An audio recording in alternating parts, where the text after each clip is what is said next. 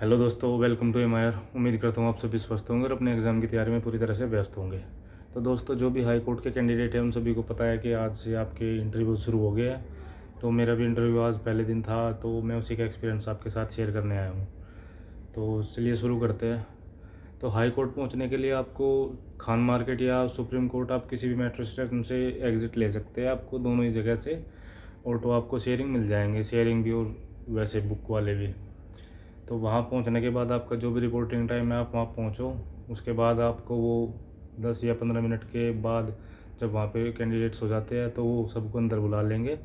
फिर आपको 4th floor पे लेके जाएंगे जहाँ पे इंटरव्यू कंडक्ट हो रहे हैं। उसके बाद वहाँ पे जो इंटरव्यू कंडक्ट हो रहा है वो सीरियल वाइज हो रहा है। जो आपका इंटरव्यू की जो लिस्ट आई थी उसमें जो आपका सीरियल नंबर था उसी के हिसाब से सारी चीज़ हो रही है वहाँ पे। तो आपका जो वहाँ पे 1 से और 185 तक कैंडिडेट बुला रहे हैं जो, वे तो दो सीरियल शुरू करते हैं। एक तो 1 से और दूसरा शायद 40 से। तो 1 और 40 वहाँ पे डीवी करने वाले 2 पैनल है और इंटरव्यू लेने वाला 1।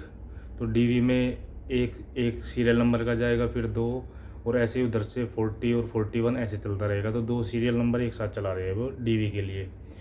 और डीवी बहुत बारीकी से कर रहे हैं, वो हर एक चीज़ चेक कर रहे हैं आपकी, सिंगल सिंगल काफ़ी, एक एक बच्चे पे काफ़ी टाइम ले रहे हैं डीवी के लिए। उसी में आपका पूरा टाइम चला जा रहा है। इंटरव्यू में तो आपकी मुश्किल से 1 डेढ़ 2 मिनट, कोई बहुत ही रेयर केस होगा जिसको 3-4 मिनट लग गई होगी। तो डीवी की बात करते हैं। मैं ईडब्ल्यूएस कैटेगरी से हूँ, तो ईडब्ल्यूएस का बताता हूँ। ईडब्ल्यूएस आपका तब का होना चाहिए जब आपका फॉर्म भरा गया था, मतलब 19-20 का वैलिड होना चाहिए वो। ईडब्ल्यूएस चाहिए तो इनको वो, मतलब वैलिड तो वो होना चाहिए, लेकिन इनको चाहिए करंट के भी। और आपका ईडब्ल्यूएस के साथ आपका इनकम सर्टिफिकेट भी होना चाहिए, इनकम उस टाइम का भी और करंट का भी।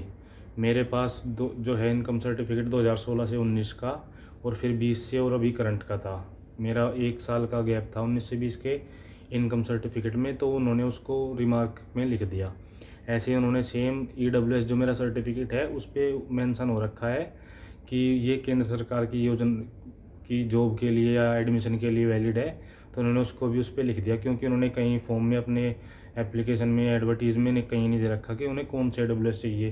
तो ईडब्ल्यूएस स्टेट का हो या सेंटर का हो, सारे एक्सेप्ट कर रहे हैं। बस आपका जैसा भी है वो रिमार्क में वहाँ उसको लिख रहे हैं कि आपका सेंटर का है तो वहाँ लिख दे रहे हैं कि सेंटर का है, स्टेट का है तो स्टेट का लिख दे रहे हैं। और ऐसे ही आपका एसेट सर्टिफिकेट हो गया, इनकम एसेट सर्टिफिकेट, उसको भी उनको चाहिए। उस टाइम का तो होना ही होना चाहिए, लेकिन करंट का होगा तो आप वो भी लेके जाए अपना सारा। ऐसे ही ओबीसी और एनसीएल का है, आपका जब फॉर्म भरेगा आपका, आपके पास तब का भी होना चाहिए और आपके पास अब का भी होना चाहिए। ये सारी चीज़ें आप वहाँ पे दिखा सकते हो। और जैसी जब ये जो इंटरव्यू का हमने फॉर्म, एडमिट कार्ड निकाला है जिस सीक्वेंस में इसमें है, इसी सीक्वेंस में आपको सारे ओरिजिनल और फोटोकॉपी सेल्फ टेस्टेड सारे टेस्टेड करके उनको लेके जाने हैं। वहाँ पे 2 बार, एक तो पहले ही जहाँ पे डीवी हो रहा है उससे बाहर ही गेट पे जो मतलब जेज बैठे हैं वहाँ पे, वो आपके सारे चेक करेंगे, आपको सारी चीज़ें बता देंगे कैसे क्या करना है।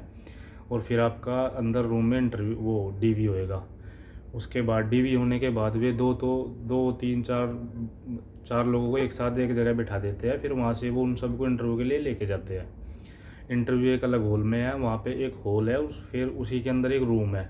उस रूम का पार्टीशन मिरर से है, शीशे से, तो आपको दिखता है अंदर कि कितने लोग बैठे हैं, कैसे लोग बैठे हैं। तो हमारे में तीन मेल का पैनल था। और इंटरव्यू में हार्डली किसी को 1.5 से 2 मिनट लग रही है, और मतलब शायद ही कोई 100 में से मुश्किल से 4-5 बंदे होंगे जिनसे उन्होंने कोई टेक्निकल क्वेश्चन पूछे होंगे, या कॉन्स्टिट्यूशन से या फिर किसी और चीज़ से। वरना सबसे पर्सनल क्वेश्चन पूछ रहे हैं, आप कहाँ से हो, आपने ग्रेजुएशन कब करी, आप किस चीज़ की प्रिपरेशन कर रहे हो, अगर आपकी कहीं और जॉब है तो आप यहाँ क्यों आ रहे हो, या किसी कोई और एग्ज़ाम दे रखा है क्या, या फिर आप कहीं और जो एग्ज़ाम दे रखा है अगर उसमें होगा तो आप कौन सी करोगे, आप यहाँ पे कैसे रहोगे। तो ये सब क्वेश्चन जब मैं गया तो मेरे से उन्होंने जाते ही यही क्वेश्चन पूछा कि मैं कहाँ का रहने वाला हूँ। मैंने बता दिया मुजफ्फरनगर। तो बोले ये कहाँ पे है, कि तो फिर बोले कि ये तो बहुत दूर है, आप कैसे रहोगे। तो फिर मैंने बताया कि सर मेरे भैया रहते हैं, मैं उनके पास रहूँगा। तो फिर बोलने लग गया आपकी ग्रेजुएशन कब हुई, मैंने बता दिया। तो फिर आप तब से अब तक क्या कर रहे थे, या आपका कोई और एग्ज़ाम निकला या नहीं निकला। तो बस ये बात है। उसके बाद ओके बाय थैंक यू, इससे ज़्यादा किसी से कुछ नहीं पूछ रहे मुझे। मैंने काफ़ी लोगों से, मेरे बाद वाले, मेरे से पहले वाले, सबसे पूछा, किसी से भी कोई क्वेश्चन नहीं था, सबसे बस पर्सनल क्वेश्चन, खासकर लड़कियों से कि आप लेट नाइट जो मतलब लेट अगर सीटिंग हो रही है 7-8 बजे तक आप कैसे मैनेज करोगे। तो लड़कियों से ये इस तरह के ज़्यादा क्वेश्चन थे कि आप मैनेज कैसे करोगे, मतलब सबसे वो मैनेज ही पूछ रहे हैं कैसे करोगे। और दूसरी बात आपकी मतलब ड्रेस, तो मैक्सिमम तो वाइट शर्ट और ब्लैक पैंट में ही थे, बाकी लोग फॉर्मल कपड़े दूसरी तरह के, कोई एक आध लड़का था जो दूसरे कलर की पैंट या शर्ट पहन रखा था। टाई का भी वही था, 30-70 का रेशो, 30% ने लगा रखी थी, 70% ने नहीं लगा रखी थी। और बियर्ड की मैंने तो मैंने कल कर ली, कल पता नहीं था, वरना बियर्ड का भी कोई इशू नहीं है, बना के जाओ या मत बना के जाओ, क्लीन शेव करके जाओ, नहीं कोई फ़र्क नहीं है, बस अपना अच्छे से ट्रिम करके जाओ, तो क्लीन शेव भी करने की आपको ज़रूरत नहीं है। अब लड़कियों की ड्रेस, लड़कियां वहाँ पे वाइट शर्ट और ब्लैक पैंट में भी थी, और जो है एक लड़की थी मतलब टोटल ब्लैक, उसका ब्लैक सूट उसने पहन रखा था, मतलब पूरे के पूरे ब्लैक, वो प्रिंटेड, तो ऐसे कपड़े भी थे। और एक लड़की तो वहाँ पे टी शर्ट में ही आ रखी थी किसी दूसरे कलर की। तो ऐसा कोई हार्ड एंड फास्ट नहीं है, बस आपके फॉर्मल होने चाहिए। और सैंडल, जूती जूती सब मतलब ऐसे ऐसे ही अटायर थी सबकी। और जिनका सीरियल नंबर 20 के बाद या फिर 60 के बाद है या 50 के बाद भी है, वो मैं रिकमेंड करूँगा कि अपना लंच लेके जाए सब अपने घर से, क्योंकि आपको बहुत अच्छा खासा टाइम होने वाला है वहाँ पे। मैं भी 11:30 बजे का मेरा रिपोर्टिंग था, और मेरा इंटरव्यू कंडक्ट जो हुआ वो 4:45 बजे के आसपास हुआ। तो आपको पूरा दिन लगने वाला है वहाँ पे। और अगर आप नहीं भी लेके जा रहे हो खाना वाना, तो वहाँ पे अच्छी कैंटीन की फैसिलिटी है, अच्छा ठीक ठाक खाना मिलता है रीज़नेबल प्राइस पे।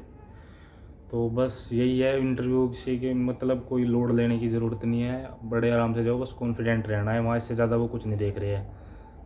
और वहाँ इंटरव्यू से पहले भी आपकी एक जो है थंबनेल और सिग्नेचर होंगे। वहाँ पे एक मैम बैठी थी आज, वो बहुत कोऑपरेटिव है, मतलब आपको चाय वगैरह पूछती रहती है, तो बिल्कुल मतलब आपको रिलैक्स करने की पूरी कोशिश करेंगे। बाकी 1-1.5 मिनट में, 2 मिनट में आपका सारा इंटरव्यू ख़त्म हो जाना है। आप बाहर आके यही करोगे, यही बोलोगे कि यार क्या था ये, क्या इंटरव्यू क्यों ले रहा है, जब कुछ पूछ रहे हैं वही आपसे पर्सनल क्वेश्चन। तो अपने पर्सनल क्वेश्चन अपना देखो कि आपको, अगर आपके ग्रेजुएशन में और अब इस इंटरव्यू में बहुत ज़्यादा गैप है, आप जैसे मेरा 2015 में मेरी ग्रेजुएशन हो रखी है और अब पूछ रहे हैं आप 7 साल से क्या कर रहे हो, तो ऐसे आपका जो अगर गैप है तो आप उसको देखो कैसे फिल करोगे, आप कैसे उसको जस्टिफाई करोगे। बस ये चीज़ें है, अपना ग्रेजुएशन के बाद आप क्या कर रहे हो, बस इतनी चीज़ें अपना देखो, अपना कॉन्फिडेंटली हर चीज़ का जवाब दो कि हाँ आप जो भी कर रहे हो, प्रिपरेशन या जॉब जो भी, बस इससे ज़्यादा कुछ नहीं है। बाकी ऑल द बेस्ट जिनका बाकी आने वाले दिनों में है। मुझे मतलब आज का देख के पता चल गया कि ज़्यादा घबराने की ज़रूरत नहीं है इंटरव्यू से, बस अपने डॉक्यूमेंट की ज़्यादा बड़ी बात है। और जिनके डॉक्यूमेंट में वहाँ थोड़ी बहुत कमी है, जिनको साथ के साथ ठीक करा सकते हैं, तो उसको साथ के साथ ठीक कराने की परमिशन भी दे रहे हैं। आप जाके नीचे अपने को ठीक करा लो, घर से मंगा लो, या कुछ और जो करेक्शन करा सकते हो साथ के साथ आप करा के उनको शाम तक सबमिट कर दो, ऐसा भी वो अलाउ कर रहे हैं। तो ओके दोस्तों, अगर आपका कोई डाउट हो तो आप कमेंट में पूछ सकते हो। बाकी ऑल द बेस्ट सभी को जिसका रह रहा है।